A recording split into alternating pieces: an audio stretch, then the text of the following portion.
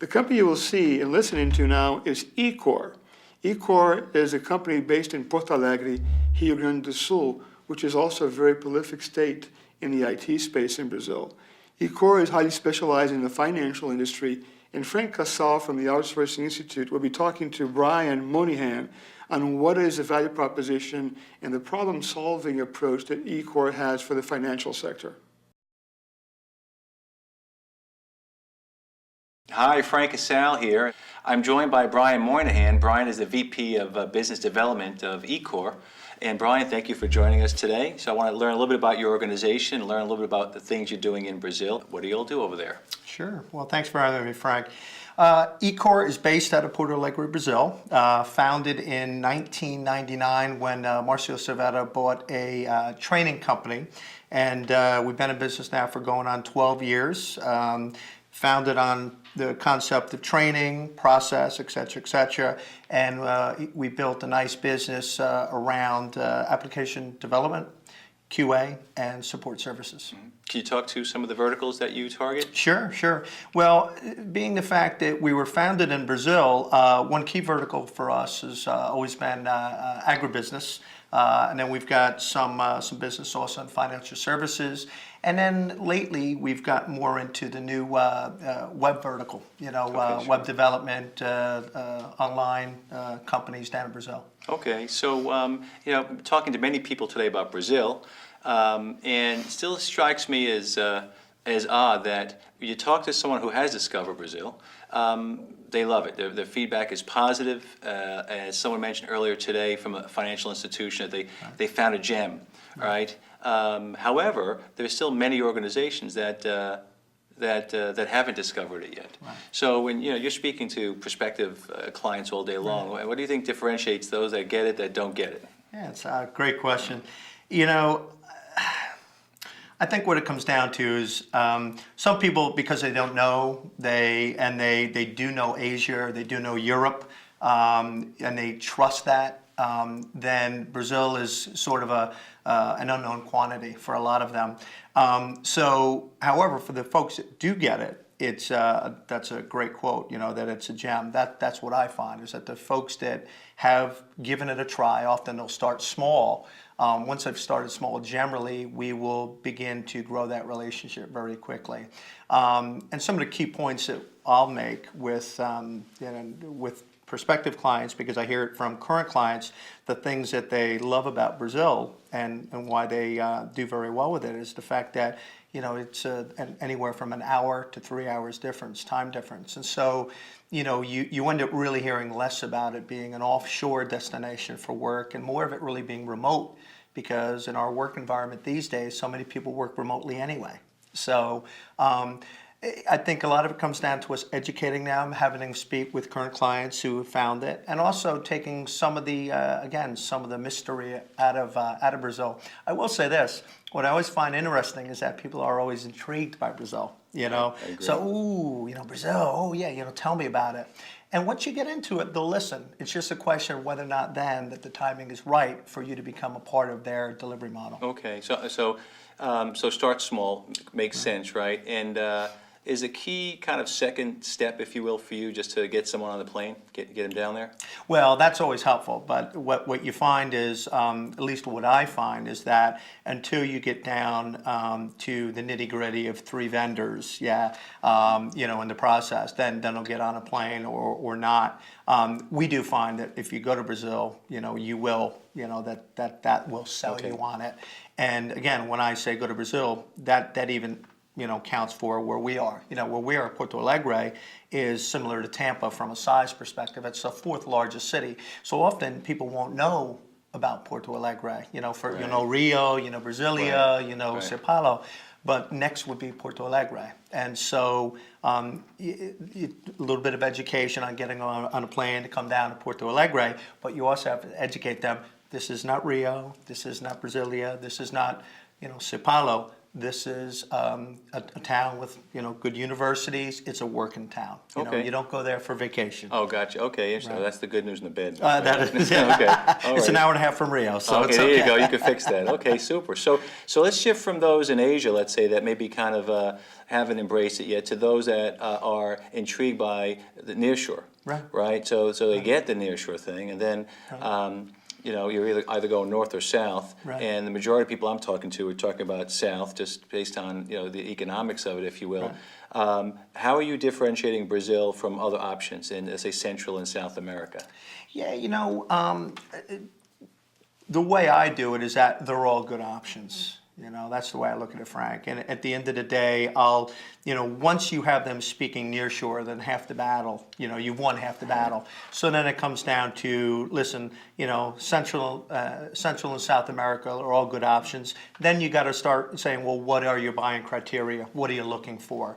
If you're looking for, bilingual, if you're looking for also what we find with Brazil that people like is that culturally it's very similar to the U.S. I find, and our clients repeat back to me, that just there's something about Brazilians, their entrepreneurial spirit, that very similar to Americans, but maybe just a few years ago, with a modesty about them. Now, I think that can be said about all of Latin America, to be honest with you. But for Brazil, that would be our competition. If we could get to the nearshore decision, then it really will come down to how is eCore any different than any of our other competitors. And I like our chances in that. But still, at that point, it comes down to delivery, references, and really at the end of the day, your resources. And I think we have terrific resources. So let's talk about vendor selection. So when you win and the stars are lined up, what basically is your buyer looking for? Yeah, well, first and foremost, what it starts out with, which I think is probably what you hear from everybody, is first cost. Okay, so when you're looking to, when we get looked at, it's as part of a global delivery model for an IT organization. And often what we'll hear is that, listen, I want to go kind of a 24/7 model where I can have Europe handle certain things, Central South America handle certain things within my operation, and then Asia handle certain things. So, but starting there, it is all about cost. So right out of the gate, we need to educate our clients, number one, that we are not going to be your least expensive option just because it's a vibrant economy.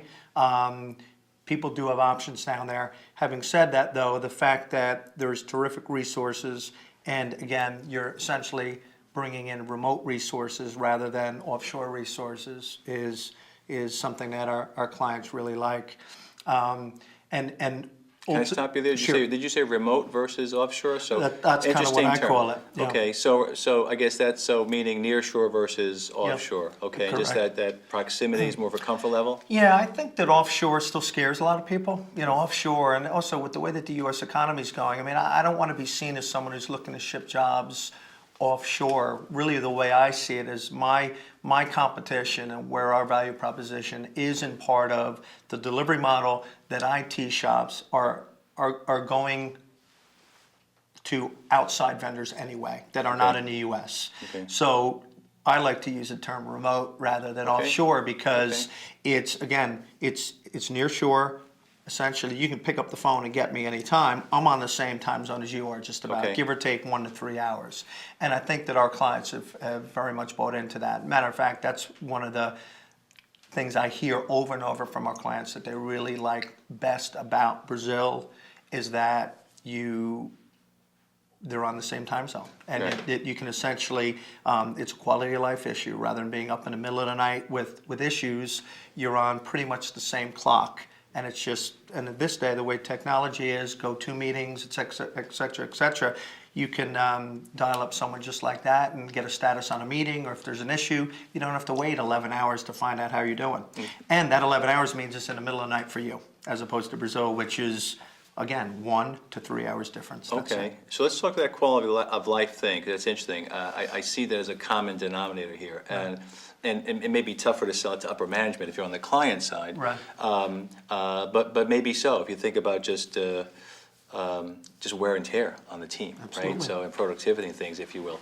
But from the standpoint of quality of life, what are you sensing that is the ideal target audience? Is it, I think about that, I think it's someone who maybe is already outsourced to Asia, seemed like a good idea 5, 6, 7 years ago, and now they're worn out, okay? The late night calls, the trips, so it's almost less of a pitch to them. They kind of Right. they've lived it. Right. They know, they're already worn out. Right. Is that an easier pitch than a newbie, if you will? And you're trying to say, well, this is going to be this way, and that you don't realize Yeah, it. in some ways, yeah, that's a great question. In some ways it is, and in other ways it's the outsourcing market has matured. I think that everyone's had success and seen failures regardless of what model you go to. And at the end of the day, if you have them list down the good and the bad on outsourcing, regardless of where it is, you can come up with many good and bad things with outsourcing anything. But what's happened is through the maturation of the outsourcing models is that you're beginning to find that I can eliminate some of my negatives by doing business with a firm in Brazil or really with a firm somewhere else, depending on the applications that you're looking at. So, Brazil, what we're finding, what people like to do with Brazil is if you've got an agile shop where it's iterative every day, you've got builds going on, and you want to be able to talk and be on the same page with folks, you can sell that to anyone, and people know that, okay? Whereas opposed to the other geographies, if it's well documented, your systems, and people know what they need to do, then that can work. It doesn't matter what time you do that at, and so you might as well go with the lowest cost option. Okay, Brazil's not the lowest cost option. Having said that, though, again, since I see it as more remote and our clients see it as remote, then the value proposition is it's much less than East Coast. The cost is there, the quality is there, the communication there, and the culture is there, and people are buying into that. Okay, so to net it out, your clients would probably say cost a little bit more, but with the benefits of that cultural compatibility, Right. that same time zone, if you will, Right. and the quality, Right. holistically, Right. that was a no-brainer for them. Right, absolutely. Is that fair to say? Is that the match? Yeah, pretty much. Okay. So, Brian Moynihan, thank you for joining us today. St. Patty's Day, you're a dedicated man. I appreciate you telling your story. I appreciate it, Frank. Thanks Take care, for buddy. having me. My Thanks pleasure. for having me.